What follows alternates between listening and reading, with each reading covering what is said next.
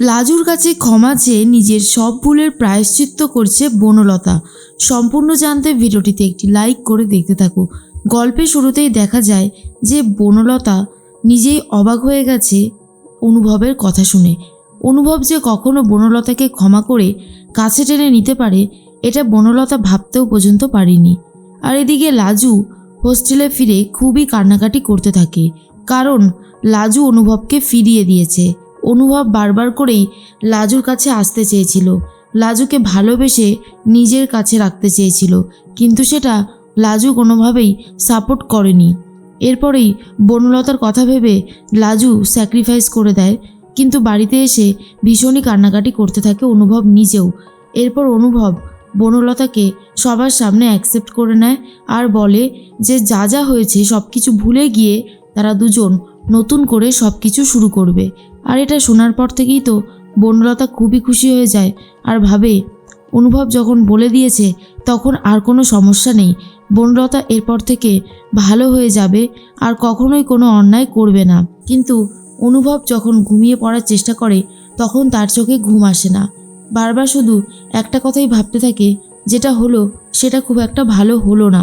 বনলতা তখন বলে, অনুভব তুমি এইভাবে চুপ করে আছো কেন, কিছু বলো, চুপ করে থাকলে কি করে হবে।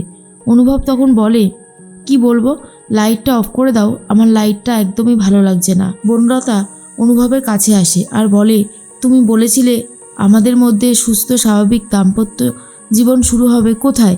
তুমি তাহলে সোফাতে কেন ঘুমাচ্ছ? অন্তত বেডে গিয়ে ঘুমাও। আমি এই সবগুলো একদমই সহ্য করতে পারছি না অনুভব। তুমি যদি এইটুকু চেঞ্জেস না করো তাহলে কি করে হবে বলো তো। অনুভব বলে, আমার একটু সময় লাগবে, সব কিছু তো আর বলে দিলেই হয়ে যায় না, একটু সময় দিলে আস্তে আস্তে সব কিছুই হয়ে যাবে। বনলতা বলে, না না, সে সময় তুমি নাও, তাতে আমার কোনো আপত্তি নেই, কিন্তু আমি না সত্যি কখনো ভাবিনি যে তুমি আবারও আমাকে নতুন করে একটা সুযোগ দেবে। আমার যে কি আনন্দ হচ্ছে তোমাকে বলে বোঝাতে পারবো না। অনুভব বলে, যাই হোক, এখন আর এ সমস্ত কথা বলে কী বা হবে, যা হবার তা তো হয়েই গেছে। আমি তো বলেছি যে আমি তোমাকে সুযোগ দিয়েছি, তুমি সেই সুযোগটা কাজে লাগাও, তাহলেই তো হয়। বনলতা ভাবে অনুভব যখন একবার তাকে সুযোগ দিয়েছে তখন সে আর কখনো কোনো ভুল করবে না, যা হবে সে এবার ঠিকটাই করবে। আর এই সব কিছুর পেছনে লাজুর অবদান অনস্বীকার্য, এটাই ভাবতে থাকে বনলতা। তাই লাজুর কাছে গিয়ে লাজুকে একবার অন্তত থ্যাংক ইউ বলবে আর লাজুর সাথে যা যা অন্যায় করেছে তার জন্য ক্ষমা চাইবে, এটাই ভেবে রেখেছে বনলতা।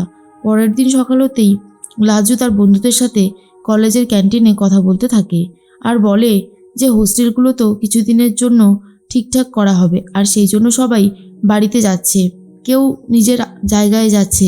তুই কোথায় যাবি লাজবন্তী?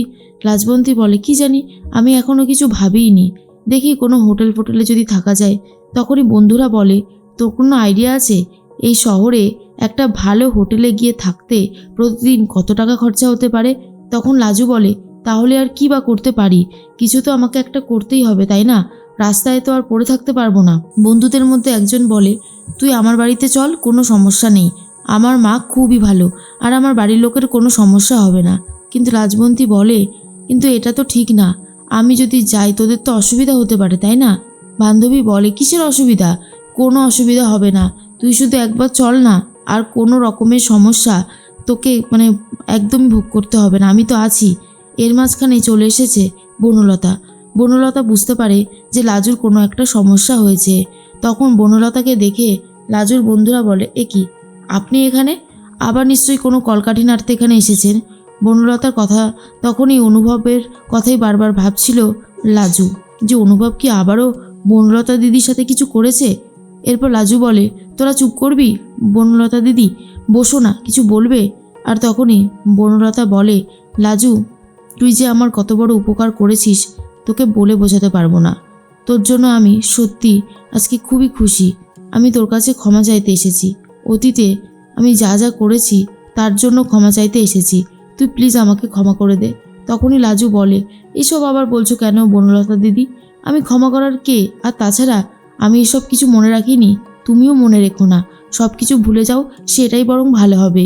বনলতা বলে, আমি তো ভুলতেই চাই রে, আমার একদমই আর ভালো লাগে না। শোন না, কালকে অনুভব না রাত্রেবেলা বাড়িতে গিয়ে রীতিমতো সবার সামনে বলেছে ও আমাকে আর একটা সুযোগ দেবে, আর আমি এই সুযোগটা ফুল দমে কাজে লাগাতে চাই। আমি আর কখনোই কোনো অন্যায় করব না। আমি তোর কাছে ক্ষমা চাইতে এসেছি। এরপরেই লাজু আবারও বিরক্ত হয়ে বলে, প্লিজ, ক্ষমা চাইতে এসেছি এই কথা বারবার বলার কোনো দরকার নেই। আমি তোমাকে এমনিতেই ক্ষমা করে দিয়েছি। বনলতা বলে, লাজু, আমি আস্তে আস্তে শুনছিলাম যে তোর থাকা নিয়ে একটা হয়তো কোনো সমস্যা হয়েছে। কি হয়েছে রে? লাজু বলে, ও কিছু না, আসলে আমাদের হোস্টেলটা একটু মেরামত করা হবে তো, সেই জন্য আমাদেরকে কয়েকটা দিন এদিকে ওদিকে থাকতে হবে, তাই কথা হচ্ছিল। বনলতা বলে, ও এই ব্যাপার, তুই এক কাজ কর, তুই আমাদের বাড়িতেই চল। কিন্তু লাজু বলে, মাফ করো, আমি আর ওই বাড়িতে যেতে পারবো না। আমি অন্য জায়গায় একটা ঠিক ব্যবস্থা করে নেব, কিন্তু আমাকে আর ওই বাড়িতে থাকতে যেতে বলো না। তখনই বনলতা বলে, কেন রে লাজু, তুই কি সত্যি আমাকে মাফ করতে পারছিস না? আমার জন্য যাবি না? লাজু বলে, আমি কি সে কথা একবারও বলেছি বনলতা দিদি? আমার ভালো লাগছে না, আর আমি ওই বাড়িতে যাবও না, সেই জন্যই বললাম। কিন্তু বনলতা বলে, তোকে যেতেই হবে, তুই একদমই এসব নিয়ে ভাবিস না, পুরো ব্যাপারটা আমি ম্যানেজ করে নেব। এরপর যথারীতি বনলতা বাড়িতে ফিরে যায়, আর তখনই বলে যে, জেঠুমণি, আমি আজকে লাজুর হোস্টেলে কথা বলতে গিয়েছিলাম লাজুর সাথে, ওকে হোস্টেলে না পেয়ে ক্যান্টিনে যাই। সেখানে শুনতে পারি ওর হোস্টেল নাকি মেরামত করা হবে কিছুদিনের জন্য। ওর বন্ধুরা, তারপর ও অন্য জায়গায় থাকার ব্যবস্থা করছে। ওকে বললাম আমাদের বাড়িতে থাকতে, ও একদমই সেই কথাটা শুনতে চাইছে না। জেঠুমণি বলে, সে কি, লাজু তো এই ব্যাপারে আমাদের সাথেও কোনো কথা বলেনি। শ্রী তখন বলে, আচ্ছা, লাজু যখন আসতে চাইছেই না, ও যখন ওর ব্যবস্থা করে নিতে চাইছে, তখন আমাদের বাড়ির কারোর কোনো দরকার নেই ওকে এই বাড়িতে নিয়ে আসার। আচ্ছা, লাজুর যে সমস্ত চ্যাপ্টারগুলো ছিল সেটা ক্লোজ করে দেওয়া হোক না, সেটাই তো সব থেকে ভালো। বনলতা বলে, না আন্টি, অতীতে আমি লাজুর সাথে অনেক বড় বড় অন্যায় করেছি, হয়তো লাজু বলেই আমাকে ক্ষমা করে দিয়েছে, অন্য কেউ হলে কখনোই ক্ষমা করতে পারতো না। কিন্তু আমি একটা কথা এখন বলতে চাই যে লাজু এই বাড়িতে আসুক, এই বাড়িতে থাকুক, আমার তাতে কোনো সমস্যা নেই। তোমরা প্লিজ একটু বোঝার চেষ্টা করো যে আমি কেন এই কথাটা বলছি। এরপর অনুভব নিজে লাজুর সাথে কথা বলতে থাকে একটা রেস্টুরেন্টে, আর অনুভব বলে, তোমার আমাদের বাড়িতে থাকতে অসুবিধা হচ্ছে কেন? তুমি কি ভয় পাচ্ছ যে আমরা আবার কাছাকাছি চলে আসবো? লাজু বলে, এরকমটা কেন হবে, আমি এমনিই যেতে চাই না। কিন্তু অনুভব বলে, যেতে তোমাকে হবেই, তুমি আমাদের বাড়িতেই থাকবে, বুঝতে পেরেছো? লাজু ভাবে কি করবে, আবার ওই বাড়িতে যাবে নাকি অন্য কোথাও নিজের থাকার ব্যবস্থা করবে। বনলতা ভাবে, আমি আর সত্যি কখনোই লাজুকে কষ্ট দেব না। লাজু সত্যি তো আজকে যদি চাইতো অনুভবের সাথে থাকতে পারতো না, কিন্তু ও আমাকে থাকার ব্যবস্থা করে দিয়েছে, তাই লাজুর প্রতি আমার কোনো রাগ নেই, আর রাগ থাকবেও না। তাই বনলতা সব কিছু ভুলে লাজুকে আবারও নিজের বাড়িতে এনে রাখতে চাইছে।